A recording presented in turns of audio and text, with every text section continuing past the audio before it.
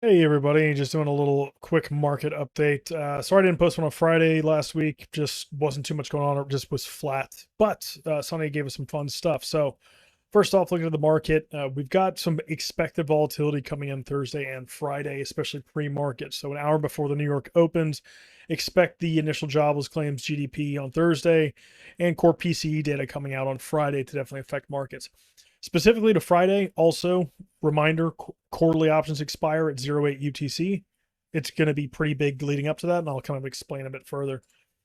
Looking at the long short ratios, the big thing here are shorts are stepping in aggressively, right? We've had a really nice melt up in the last 24, 36 hours with Sunday stepping up to move higher.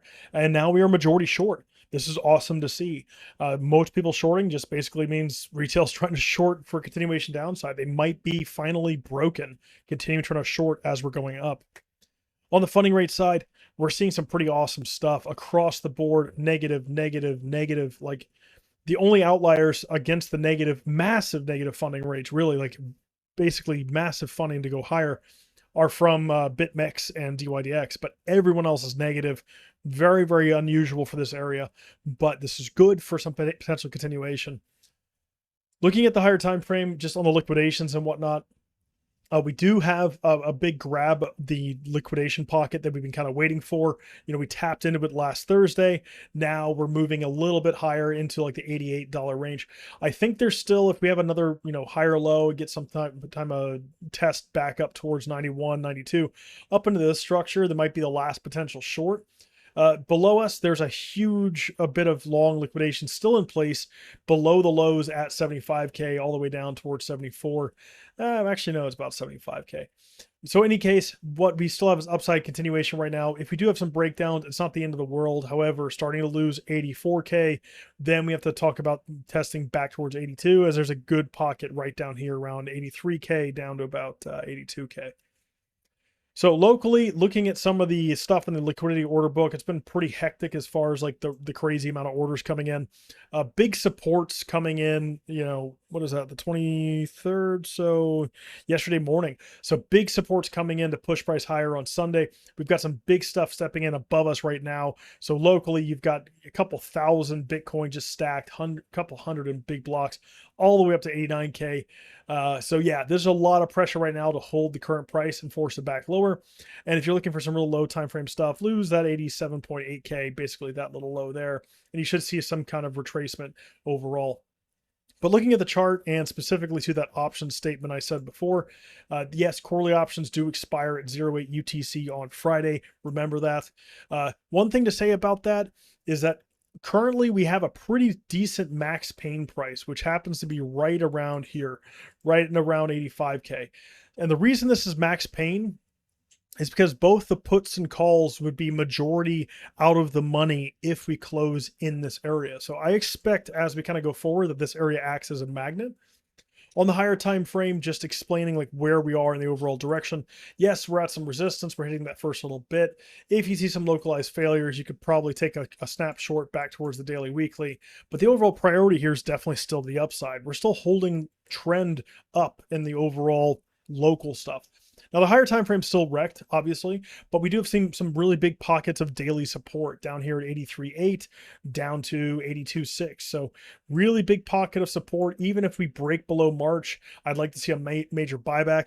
And with the pattern that we've been playing out recently, that would track, right? If we come back down here, do some kind of like swing failure pattern, eventually some type of break into this zone, everybody gets panics as we lose the structure from the weekend, and then we pump our way out of it to come back up and test new highs, potentially go higher. That's all fine and dandy, and that's still the general plan. I think there is a major short higher up into this zone. So somewhere above 90K, between 90K and 92 at this high, if we do have a push up here without some kind of major retracement. But intra-week, I'm expecting that Thursday, probably going into the afternoon session, we're going to see quite a bit of heavy volatility coming in with the data points that we talked about, economic data, and the fact that we have that juicy, perfect magnet of max pain, which is 85K on the current chart. And we're talking, over 10, I don't even know how many billions in options expire on Friday. So The big thing here that we want to see is very simple. If we do start failing some levels, you're welcome to scalp it back. Overall, you're still looking for that major higher low. Whether we get it there, it seems less likely. It's more likely we come back down towards March or potentially down deeper towards 82K before we start stepping off again. The thing that starts to break stuff, very simply, losing the previous weekly open, that's a definite loss, like 82.5, but realistically, it's that low.